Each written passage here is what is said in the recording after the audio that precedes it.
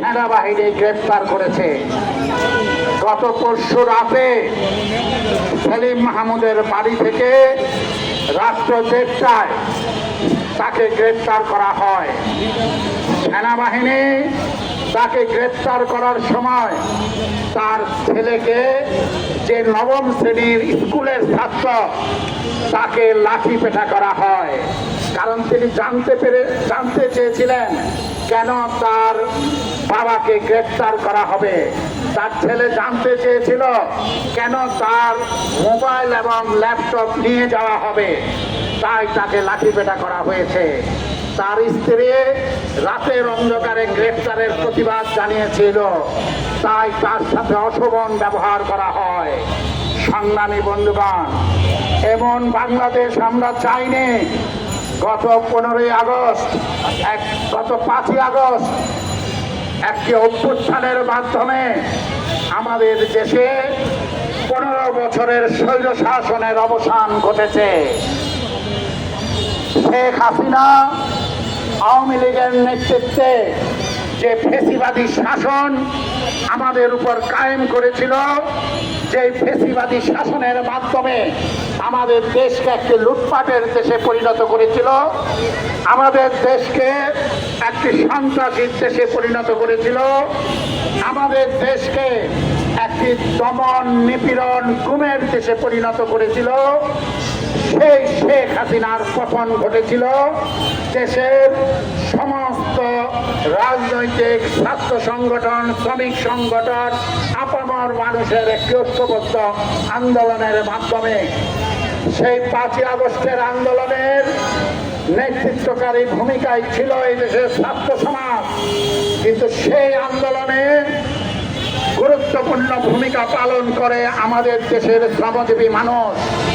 ছাত্র আন্দোলনের পাশে শ্রমজীবী মানুষ যখন যুক্ত হয়, ছাত্রদের পাশাপাশি যখন শ্রমিকেরাও বুকের রক্ত ঢেলে দেয়, তখনই এই আন্দোলন একটি সফল পরিণতির দিকে আগায়।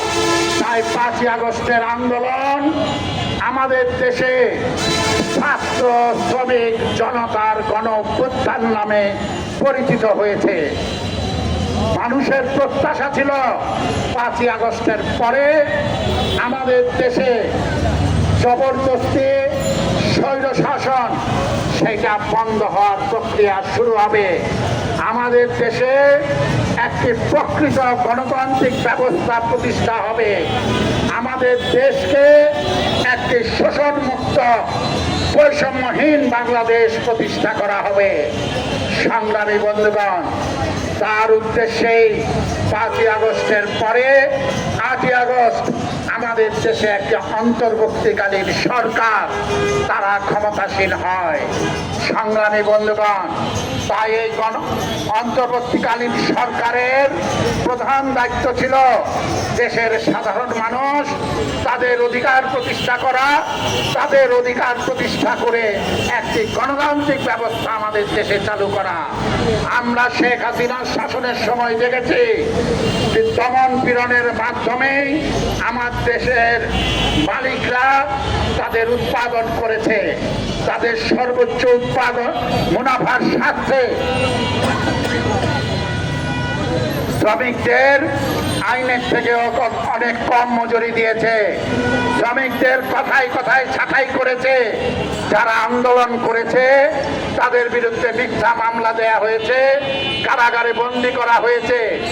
এই সমস্ত চিত্র আমরা শেখ হাসিনার স্বৈর শাসনের সময় দেখেছি। আমরা এই অন্তর্বর্তীকালীন সরকারের শাসনে এই চিত্র দেখতে চাইনি। আমরা বারবার বলেছি, কোনো ফ্যাক্টরিতে সংকট তৈরি হলে সেটা আলাপ আলোচনার মাধ্যমে ফয়সালা করা। নেতৃবৃন্দ বলেছে, এখনো নারায়ণগঞ্জে শত শত ফ্যাক্টরি আছে যেই ফ্যাক্টরিতে সরকারি আইন অনুযায়ী মজুরি প্রদান করা হয় না। বেআইনিভাবে শ্রম আইন লঙ্ঘন করে সেই সমস্ত ফ্যাক্টরি পরিচালনা করা হয়। বাংলাদেশের সংবিধান, বাংলাদেশের শ্রম আইন মোতাবেক ILO কনভেনশনের ধারা মোতাবেক আমাদের দেশের শ্রমিকদের অধিকার রয়েছে তাদের সংগঠন গড়ে তোলা, তাদের ইউনিয়ন রেজিস্ট্রি করা। সংগ্রামী বন্ধুগণ, রবিনটেক্স কারখানার শ্রমিকেরা সেখানে ইউনিয়ন জমা দিয়েছিল। শ্রমিকরা যাতে তার দাবি দেওয়ার কথা একটা আইনি প্রক্রিয়ার মাধ্যমে মালিক কর্তৃপক্ষের সাথে কথা বলতে পারে, মীমাংসা করতে পারে, এই জন্যই একটি ফ্যাক্টরিতে ইউনিয়ন খুব জরুরি। যেই ফ্যাক্টরিতে 5,000 শ্রমিক কাজ করে, 10,000 শ্রমিক কাজ করে, সেই ফ্যাক্টরিতে কোনো সংকট হলে মালিক কর্তৃপক্ষ কার সাথে কথা বলবে? এইটা একটা সংকট। এই সংকটের সমাধান হলো শ্রমিকদের দ্বারা নির্বাচিত ইউনিয়ন যদি থাকে, শ্রমিক প্রতিনিধি যদি থাকে, তাদের সাথে আলোচনা করে এইটা ফয়সালা করা যায়। কিন্তু আমরা কি দেখলাম?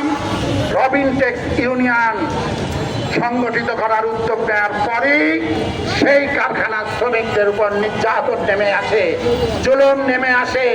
সেই নির্যাতন এবং জুলুমের বিভিন্ন পর্যায়ে সেই ইউনিয়নের সাধারণ সম্পাদক তৌহিদকে কারখানা থেকে বেআইনিভাবে বের করে দেয়। এই ইউনিয়ন যাতে না পায়, এই জন্য মালিক কর্তৃপক্ষ লেবার অফিসকে প্রভাবিত করে। সংগ্রামী বন্ধুগণ, এই প্রক্রিয়া দীর্ঘকাল যাবৎ চলতেছিল। কোনোভাবেই মালিক সেখানে ইউনিয়ন করতে দিবে না, কোনোভাবেই শ্রমিকরা সেখানে তার দাবি দেওয়া উত্থাপন করতে পারবে না। তারই একটা পর্যায়ে শ্রমিকরা ঈদের আগে ছাঁটাই হয়েছে, ঈদের পরেও যখন জোরপূর্বক ছাঁটাই করতে যাচ্ছে, তাকে কেন্দ্র করে সেখানে সংকট হয়। সেখানে সেলিম মাহমুদের কোনো উপস্থিতি ছিল না। সংগ্রামী বন্ধুগণ, গত মঙ্গলবার, এই সপ্তাহের আগের সপ্তাহে যে মঙ্গলবার ছিল, সেই মঙ্গলবারে সংকট তৈরি হয় এবং শ্রমিকদের নামে মামলা দেয়া হয়। 5 জন শ্রমিককে গ্রেপ্তার করা হয়। 2টি মামলা হয়। 2টি মামলার এজাহারে সেলিম মাহমুদের নাম ছিল না। কিন্তু সেলিম মাহমুদের অপরাধ, শ্রমিকদের মামলা দেওয়া হয়েছে পর তাদের আইনগত সহায়তার উদ্যোগ তিনি নিয়েছেন। সেলিম মাহমুদের অপরাধ, শ্রমিকরা সেখানে বেআইনিভাবে ছাঁটাই হয়েছে, বরখাস্ত হয়েছে, তাদের আইনি অধিকার রক্ষার জন্য তিনি কথা বলেছেন। সেলিম মাহমুদের অপরাধ, সে কারখানাটি বেআইনিভাবে 13 ক ধারায় বন্ধ করা হয়েছে, সেই বন্ধ কারখানা খুলে দেওয়ার দাবির পক্ষে কথা বলেছেন। সেলিম মাহমুদের অপরাধ, ওই কারখানায় ইউনিয়ন যাতে থাকে, শ্রমিকরা যাতে তার অধিকার পায়, তার পক্ষে কথা বলেছেন। শুধু রবিনটেক্স নয়, নারায়ণগঞ্জে সেলিম মাহমুদ একটি সুপরিচিত মুখ। বিভিন্ন ফ্যাক্টরির শ্রমিক আন্দোলনে, এমনকি সেখানে ফ্যাক্টরির বাইরেও যে সমস্ত রিক্সা চালক, পরিবহন চালক সহ, দোকান কর্মচারী সহ বিভিন্ন শ্রমিকদের অধিকার প্রতিষ্ঠায় সবসময় সেলিম মাহমুদ শ্রমিকদের পাশে থেকেছেন। সংগ্রামী বন্ধুগণ, শুধু তাই নয়, সেলিম মাহমুদ নারায়ণগঞ্জের সমস্ত সামাজিক আন্দোলন, নাগরিক আন্দোলন, সাংস্কৃতিক আন্দোলনেও তার পাশে থেকেছেন। আজকে শ্রমিকরা যাতে তার অধিকার প্রতিষ্ঠা করতে না পারে, শ্রমিকদের মুখ স্তব্ধ করার জন্য, শ্রমিকদের আন্দোলন স্তব্ধ করার জন্যই সেলিম মাহমুদকে কোনো অভিযোগ ছাড়াই গ্রেফতার করা হয়। গ্রেফতার করে তার বিরুদ্ধে যে 2টি মামলা আগে হয়েছে, যেখানে তার নাম ছিল না, সেখানে তাকে যুক্ত করা হয়। সংগ্রামী বন্ধুগণ, আমরা পরিষ্কার বলতে চাই, রবিনটেক্সের মালিক, যিনি শোষণ করার উদ্দেশ্যে, ইউনিয়ন ধ্বংস করার উদ্দেশ্যে শ্রমিকদের উপর দমন পীড়ন চালাচ্ছে, সেই মালিক প্রশাসনের সাথে যোগ সাজসে আজকে সেলিম মাহমুদের উপর আক্রমণ চালিয়েছে। আমরা এই সমাবেশ থেকে পরিষ্কার বলতে চাই, অবিলম্বে সেলিম মাহমুদের মুক্তি দিতে হবে। আমরা স্মরণ করে দিতে চাই, সেলিম মাহমুদ একটি রেজিস্টার্ড ফেডারেশনের নেতা। সরকার রেজিস্ট্রেশন দিয়েছে এই ফেডারেশনকে। ফলে শ্রমিকদের অধিকারের কথা বলার অধিকার তার আইনি অধিকার। শ্রমিকদের উপর জুলুম অত্যাচারে শ্রমিকদের পাশে দাঁড়ানোর অধিকার, এটা তার আইনি অধিকার। ফলে আইন লঙ্ঘন করে সেলিম মাহমুদের উপর যে ব্যবস্থা নিল, আমরা এটাকে স্বৈরতান্ত্রিক আচরণ বলছি এবং এই অন্তর্বর্তীকালীন সরকারের দৃষ্টি আকর্ষণ করছে। এইভাবে যদি শেখ হাসিনার মতো করে আপনারা শ্রমজীবী মানুষের উপর নির্যাতন জুলুম চালান, তাহলে আপনারাও কিন্তু স্বৈরাচার রূপে সেখানে অভিহিত হবেন।